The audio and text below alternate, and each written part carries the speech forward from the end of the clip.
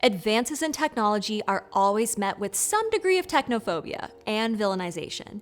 From the very beginning, mechanization has been perceived as a promise and a threat. Talk of humans being replaced by machines immediately emerged alongside voices praising their life-enhancing benefits. Cyborgs are a unique amalgamation of both ideas, since they directly merge flesh with tech. Some of pop culture's most iconic villains are cyborgs, but so are some of the heroes. What is it about the blending of man and machine that scares us, but also thrills us? I'm Dr. Emily Zarka, and this is Monstrum. The impact of industrialization and mechanization are crucial to the cyborg's history, but that's not where the idea began. We have to go way back. Stories of human automatons date back as far as the 4th or 5th century BCE. The Chinese philosophical text Liezi includes mention of a play that utilized a mechanical puppet made from wood and leather that could independently move its head, sing, and dance. Records of steam-powered human-like automatons appear in the texts of Alexandrian engineers in Egypt around the 3rd century CE. There are also tales of automated soldiers protecting relics in ancient Indian Buddhist texts. In both fiction and real life, automatons were intriguing rarities prized for their unusualness and ability to inspire wonder. And yes, obviously cyborgs are different from automatons, but the two have a blended cultural history.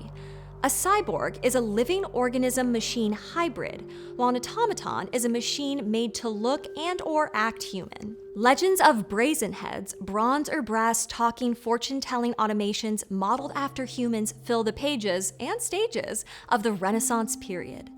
First appearing in the 12th century text Chronicle of the Kings of England, they were often said to be powered by the devil, sorcery, or necromancy. So these disembodied heads were viewed as monstrous, defying natural order and challenging the idea of the soul by raising questions about what moved our own bodies, what imbued life in a thing. In the 17th century, French philosopher and mathematician René Descartes introduced the beast-machine hypothesis, theorizing that the human body is composed of mechanical processes or motions. As medicine emerged as a profession around this time, so did the understanding of the body as an organic machine, supporting Descartes' theory. Of course, this overlaps with the Industrial Revolution and political revolutions across the world. In science and culture, the concept of the body was becoming destabilized at the same time the manufacturing process shifted from human hands to mechanized devices. New technologies like the battery, the steam engine, and later electricity opened a world of possibilities, including artificial life. While emergent technologies became increasingly linked to imagination, magic, and utopia, they were also met with fear and trepidation. It wasn't until the 19th century that the first human-machine hybrids appear in fiction. Technically, German Gothic author E.T.A. Hoffmann's 1814 Automata has the first quasi-human automation, but everyone knows it's a machine. In his 1816 story The Sandman, two men attempt to pass off a wooden clockwork-driven automaton as a real woman, with moderate success.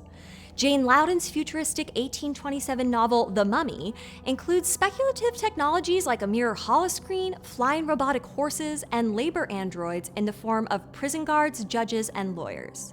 In these texts, before and after their non-human identities are revealed, these creations are viewed with a mix of revulsion and awe.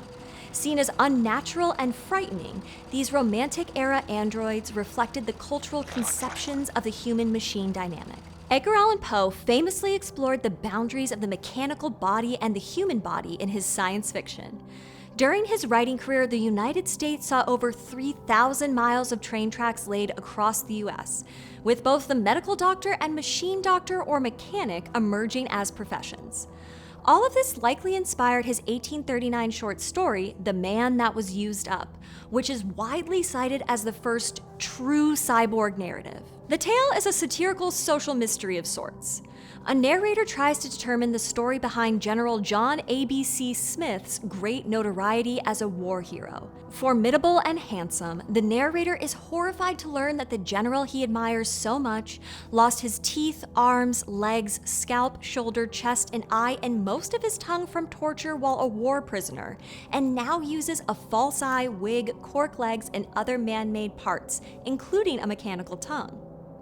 When the narrator sees him without his non-organic additions as a large and exceedingly odd-looking bundle of something, he's frightened into shocked silence. So we've had humans with machine enhancements in fiction for a couple hundred years, but it took until 1960 for someone to define them.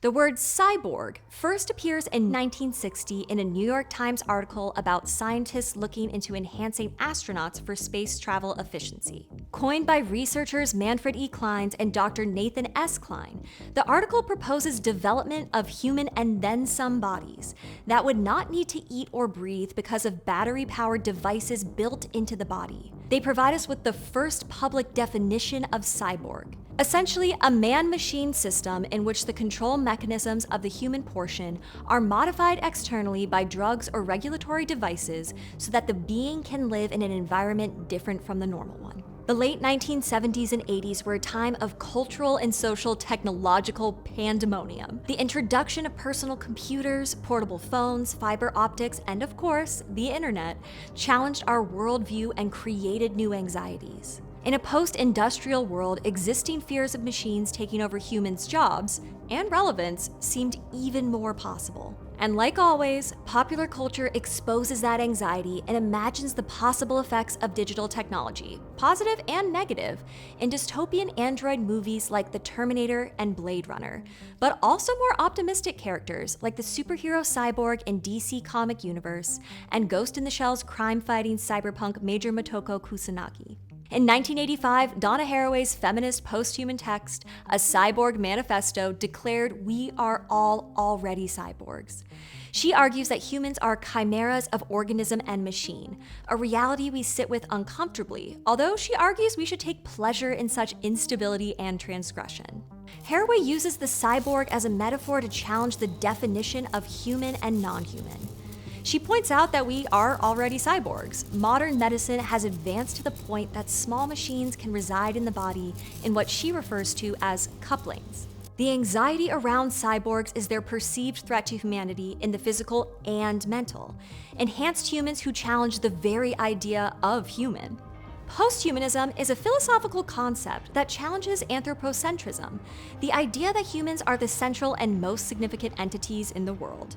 It's all about blurring or eliminating the boundaries between humans and other organic and inorganic matter. Monsters and the posthuman are intertwined. As N. Catherine Hales argues in How We Became Posthuman, even the threat of transformation via technology inspires simultaneous terror and pleasure. But that does not mean the posthuman has to be apocalyptic or anti-human. But you can probably see how the cyborg can easily represent both the negative and positive interpretations of posthumanism. Discoveries in zoology also contribute to our modern conception of cyborgs. By the end of the 20th century, the distinction between the human animal and the non-human animal is narrowed. Many non-human animals craft and use tools, problem solve, have complex languages, social behaviors, and grieving practices. The cyborg then is a man-made distinction between human and non-human animal, where artificial devices contribute to making humans less animal. Although a more radical approach is to see the cyborg as a break in the distinction between human, animal, and machine in a post-humanist utopian vision of connectivity among all things, where boundaries are not only blurred, but they also simply don't exist, which is both liberating and terrifying. This is why the cyborg is always made monstrous. From the hive mind-driven villainous Borg in Star Trek to Marvel's Dr. Octopus or James Bond's nefarious Dr. No, evil or antagonistic cyborgs are physically threatening, with their divergent technologies marking them as the other or the bad guy in the story. Even when cyborgs are the good guys, this holds true, but they are painted in a different light. RoboCop, Iron Man, Major Motoko, the Bionic Woman, and others like them almost always have some traumatic backstory or event that propels them towards mechanical augmentation, justifying their monstrosity. Star Wars is the perfect example. Both Darth Vader and Luke Skywalker are cyborgs, at least since the end of Episode 5. We spend A New Hope and The Empire Strikes Back following Luke's struggles and triumphs. His tragic backstory, an orphan relegated to a hard life on an unforgiving planet after his father was murdered, at least that's what Obi-Wan tells him, creates sympathy even before his hand is cut off. Luke's artificial hand even looks organic, at first. Essentially, his cyborg nature can be hidden. Darth Vader's tech, on the other hand, is not only on full display, it visually makes him the villain. His cyborgness isn't justified.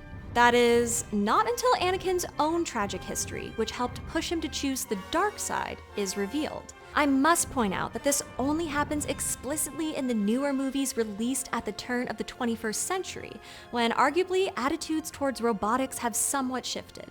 Nevertheless, all cyborgs still represent the fear inherent in losing ourselves in the technologies we create. Cyborgs may not inherently be monsters, but we are afraid they will become monsters. Our response to them is largely driven, I think, by how we want to integrate technology into our life.